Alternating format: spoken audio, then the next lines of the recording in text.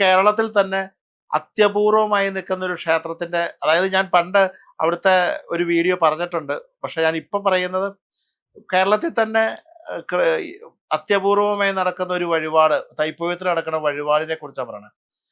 പെരുമ്പാവൂര് രായമംഗലം കൂട്ടുമടം ബാലസുബ്രഹ്മണ്യ സ്വാമി ക്ഷേത്രം.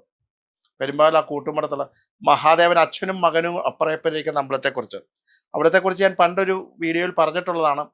ഇവിടെ ഈ തൈപ്പൂയത്തിന്, ഈ അമ്പലത്തിലെ തൈപ്പൂയ സമയത്ത് ഭക്തജനങ്ങളെല്ലാവരും അച്ഛൻ്റെ തിരുനടയിൽ, അതായത് മഹാദേവന്റെ തിരുനടയിൽ ഭസ്മം കാണിക്കയായി സമർപ്പിച്ച്, നിരവധി ആൾക്കാർ ഭസ്മം കാണിക്കയായി സമർപ്പിച്ച്, ആ കാണിക്കയായി സമർപ്പിക്കുന്ന ഭസ്മം രാത്രിയിൽ ഏകദേശം 12 മണിയോടുകൂടി, തൈപ്പൂയത്തിൻ്റെ അന്ന് രാത്രി 12 മണിയോടുകൂടി അത് കാവടി പോലെ ആഘോഷത്തോടു കൂടി ആനപ്പുറത്ത്